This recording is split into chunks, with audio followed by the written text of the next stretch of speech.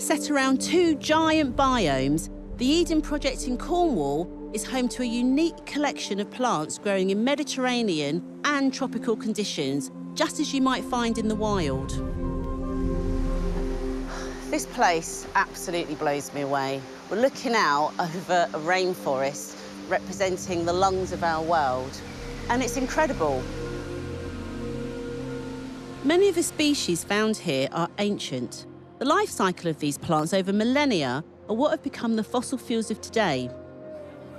And it's our reliance on fossil fuels and the changing climate that inspired my near-future garden. As a new designer, I was delighted when I won a gold at Hampton Court Flower Show last year. 5 years ago, I absolutely fell in love with gardening, and it was at that point I decided I'm going to swap fashion for flowers and retrain and start designing gardens. However, if you'd have asked me back then if I was going to have a garden here, I so wouldn't have believed it. Here at Eden, we're now installing elements of that garden as part of a bigger project that they're doing about the evolution of plants and fossil fuels.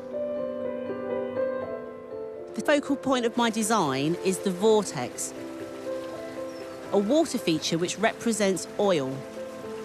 We've reached a place where the Vortex is going to live, which is brilliant. I'm really happy. It's nestled in amongst all of these cordyline and it's going to be planted with species of tree ferns that are over 400 million years old.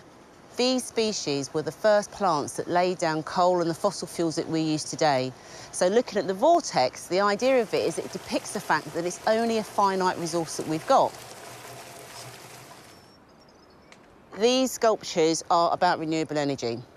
Each sculpture has been designed to show how man has to encapsulate the energy of the sun, the wind, the rain, and that's the energy that we need to be using for the future. When you take a look in one direction, you'll see man facing you. Come 90 degrees, and the whole sculpture shifts and changes. And each sculpture does the same thing. It is pretty bare at the moment, but it is going to be planted up with grasses, Willamite pines, and the national collection of Nefophia, which is just brilliant. Nefophia, more commonly known as red-hot poker, is a native to South Africa. Its 70-plus species tolerate a wide range of conditions, from soggy swamp to arid plains. As our own climate changes, it's versatile exotic species like these that we British gardeners could be looking to in the near future. Catherine Cutler works with Kings Park in Perth and is curating an amazing collection of drought-tolerant plants from southwest Australia. 60% of the plants here are found nowhere else on the planet.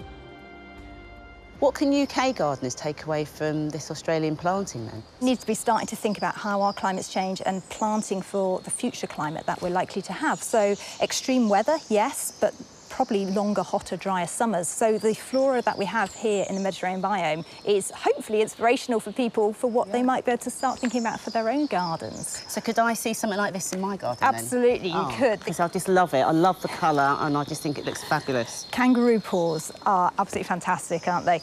So we've got a whole range of them here. There's a fantastic one called Big Red. It grows up to about 5-6 foot even.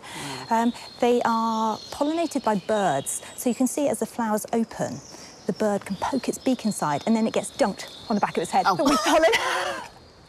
Like all the plants here in the Mediterranean biome, they're used to harsh, tough conditions, hot in the summer. Yeah, so, extreme. And mild. Yeah, extreme, and really poor soil as well. Things like the kangaroo paws, there's been a lot of breeding work in them, and we're starting to see them coming into the UK market. I think this year you'll be able to buy them quite easily and grow them, perhaps to begin with as bedding plants, but then later on we might find that they're going right through the winter. Fab. I love them. I think they're absolutely great. They are, aren't they? Climate change is going to be a challenge, but as gardeners we want to be part of the solution. So that means thinking about different plant species that we can put into the garden, and also treating the garden like a carbon store, getting more plants into the ground. So I think that's a great excuse to get out there and get gardening.